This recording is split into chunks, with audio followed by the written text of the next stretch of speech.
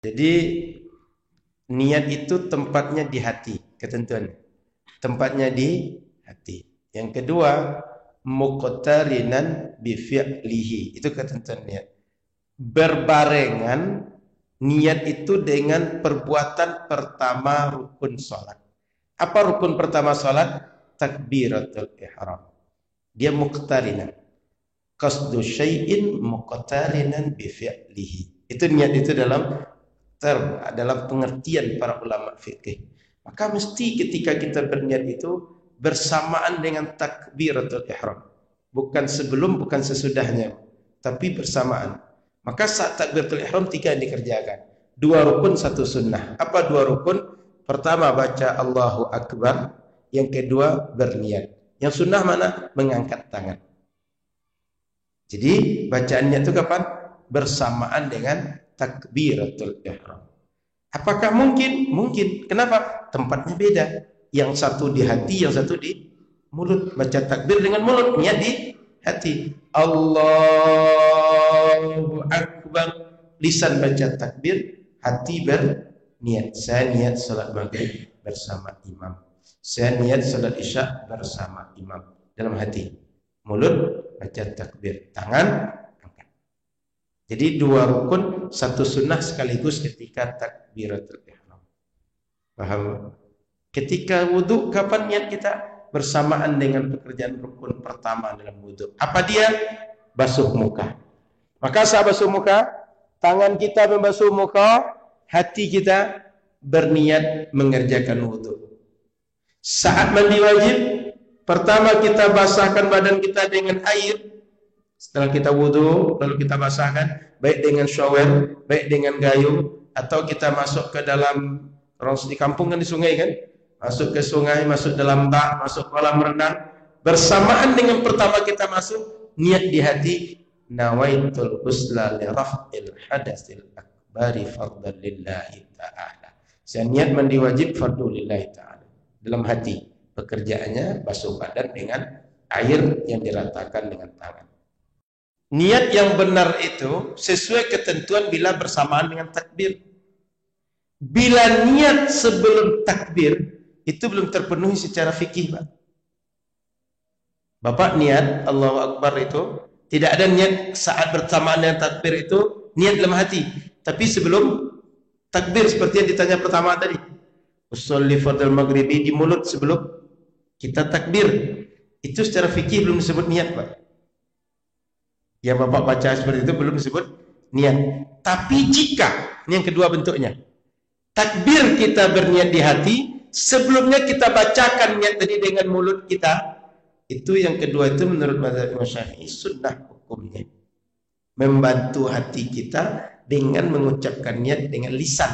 Karena hati ini kan bisa saja berubah, Pak. Bisa saja dia ragu.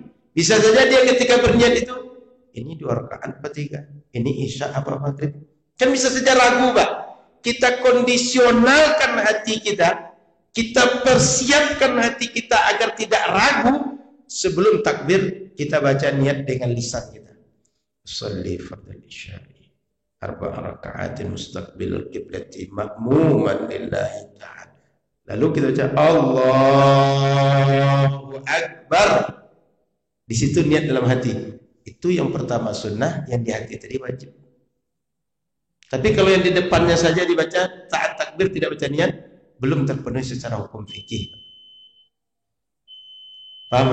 Dua bentuk berbeda ya. Bisa tidak sah salatnya karena belum terpenuhi secara fikih. Maka dari sekarang kita perbaiki saat takbiratul ihram kita berniat, sebelumnya mempersiapkan hati kita untuk berniat. Dipahami, Pak? Jadi 2 bentuk, Pak ya. Sebelum berniat kita berniat membacakan niat yang akan kita niatkan dalam sholat. Yang kedua tadi membaca niat sebelum sholat, lalu ketika takbir tidak lagi berniat. Yang pertama yang benar, yang kedua tidak benar secara fikih. Sudah paham ini, Bu? Kan mirip pertanyaan tadi, Bu ya. Paham ya? Oke. Ada lagi? Ibu belakang.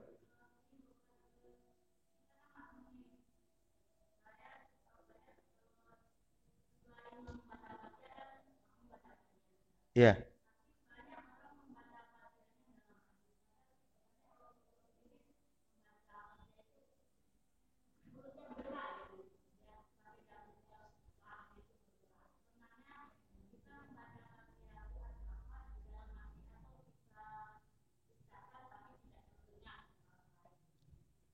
Sudah, Bu.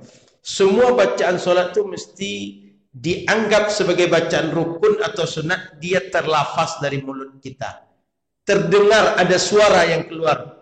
Minimal terdengar oleh telinga kita sendiri. Bahwa kita baca Bismillah.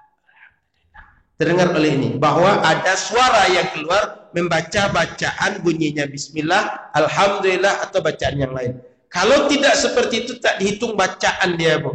Sehingga dia tak bisa dihukumi sebagai pekerjaan rukun atau sunnah. Maka kalau ada orang sholat sepanjang sholat tidak pernah bergerak mulut dia, dalam hati saja sepanjang sholat, itu tidak sah sholat dia. Karena disebut dengan membaca itu keluar bacaan dari mulut. Makanya Rasul kata sahabat ketika sholat itu nampak gerakan rahangnya. Tandanya Rasul membaca dengan mulut bukan dengan hati. Dan secara bahasa Arab, orang yang dalam hati itu tidak disebut membaca. Membaca itu qiraah itu ada bunyi, ada nafas, ada suara yang keluar dari mulut, baru disebut membaca. Sudah, Pak? Ya.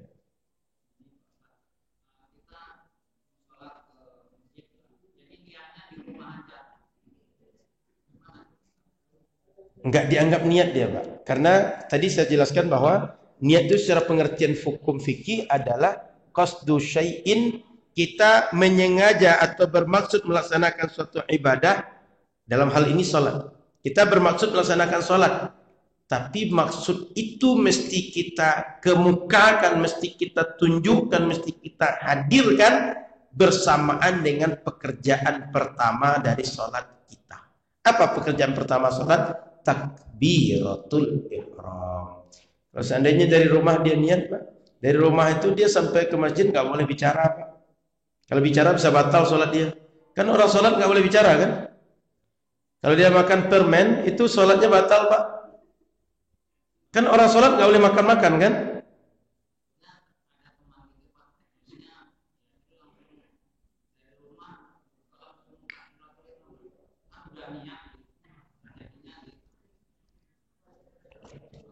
Jadi pengertian niat itu mesti diluruskan. Nah, jadi kita memaksud suatu ibadah itu dihadirkan niat kita mengerjakan suatu ibadah di awal pekerjaan suatu ibadah baru disebut dengan niat. Nggak dijeda dia, Pak. Ya, Pak? Kan konsekuensinya kalau sah niat dari rumah berarti dia nggak boleh bicara sepanjang rumah ke masjid kan? Nggak boleh makan kan? Apalagi salaman ketemu orang di masjid. Kan orang itu kalau ketemu masjid, orang di masjid kan salaman ya kan? Berarti dia melakukan pekerjaan di luar pekerjaan sholat. Ya, Pak? Cukup?